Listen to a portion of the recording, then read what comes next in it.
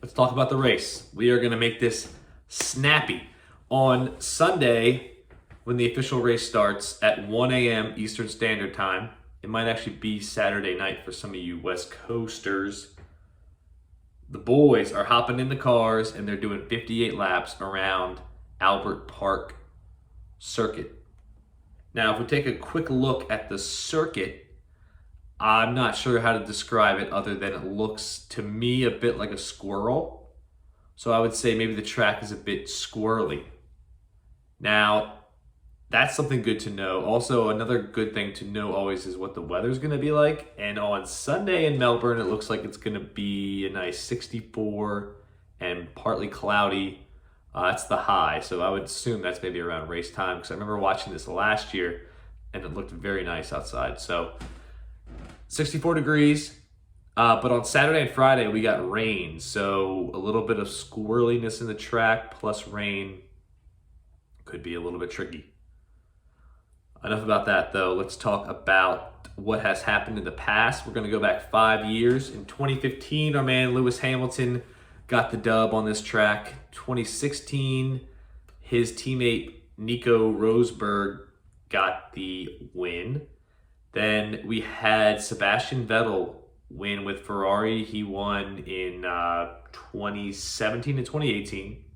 Then in 2019, the one and only, the man with the mustache and the mullet, Valtteri Bottas, got the win when he was driving for Mercedes.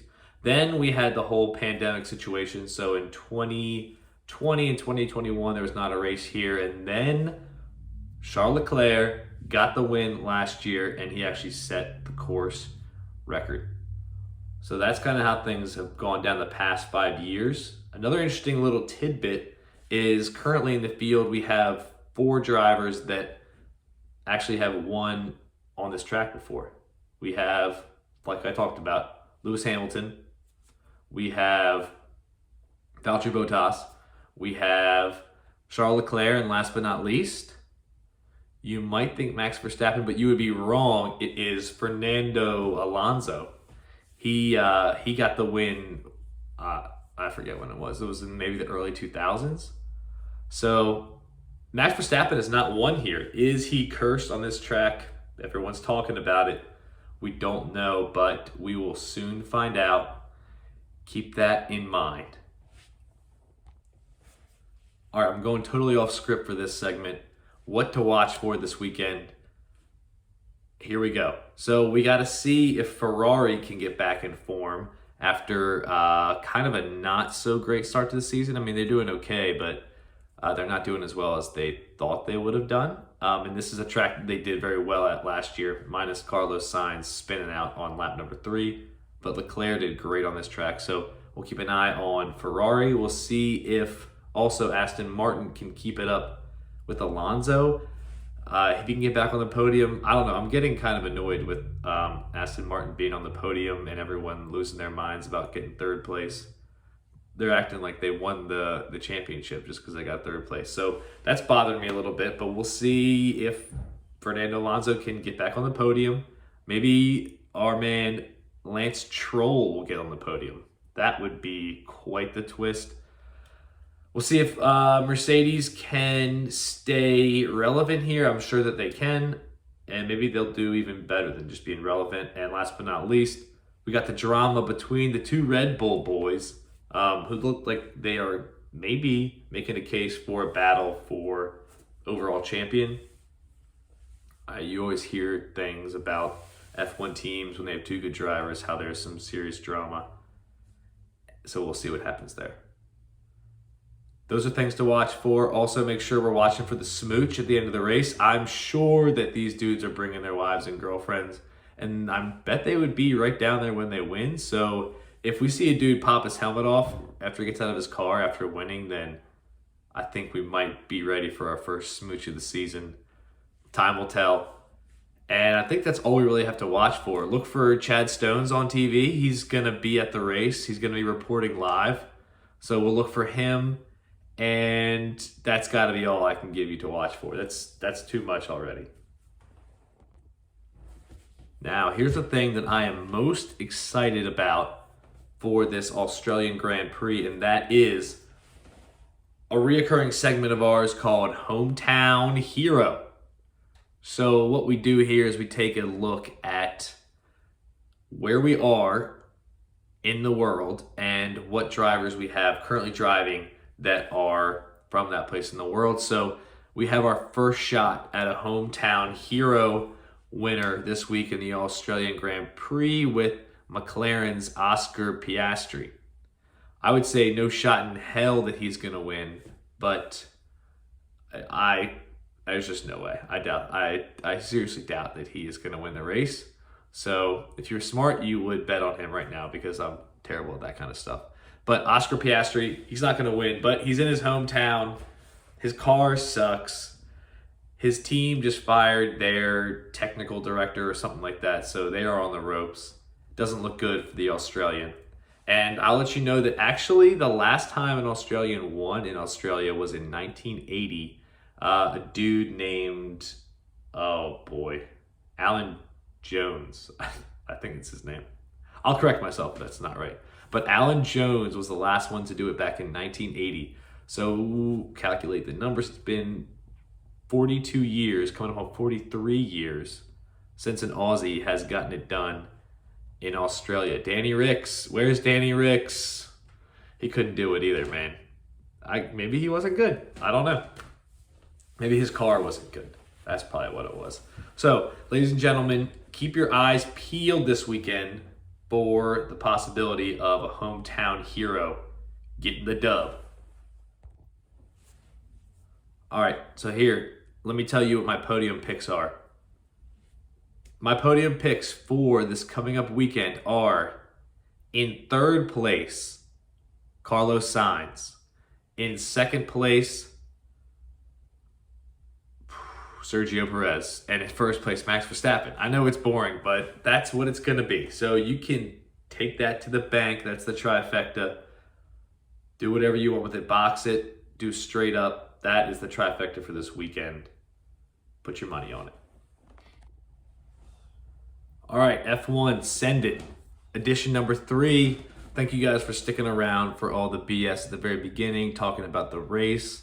Those are for our other viewers. I know that you guys have already done your research and you guys are ready to rip. So let's take a quick look at what we got for standings right now.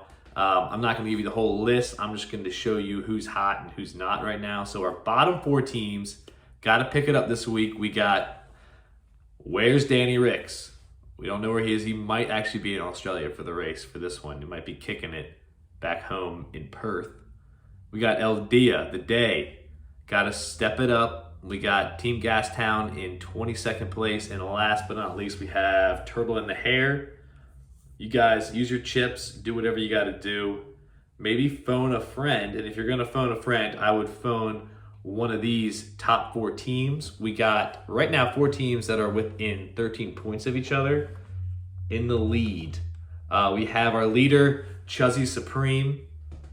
Not close, not far behind. We have Gotta Call Gene.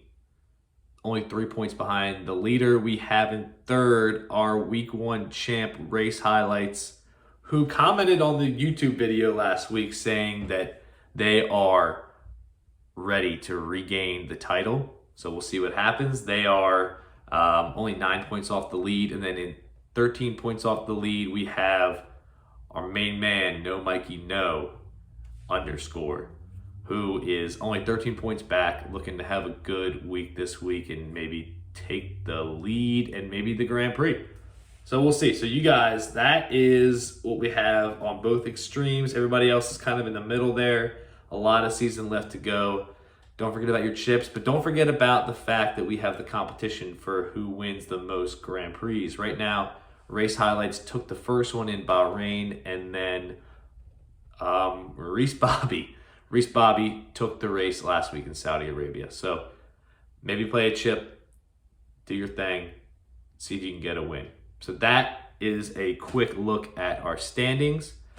I would also like to introduce this new thing that we're going to be working in called Hotties and Coldies. Some of you might be familiar with this from another line of work that we've done here at lennybones.com, but we got Hotties and Coldies, and what that is if you're a hottie, it means you've been in the top 5 for 3 weeks in a row. That means you are blazing hot, doing well.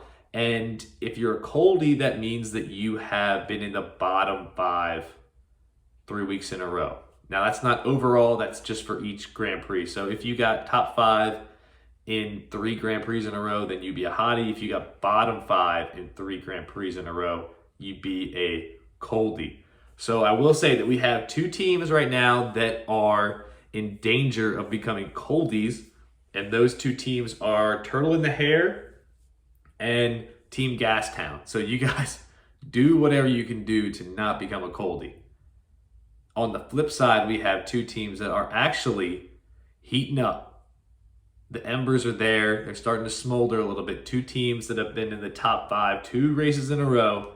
And those 2 teams are Gotta Call Gene and Chuzzy Supreme.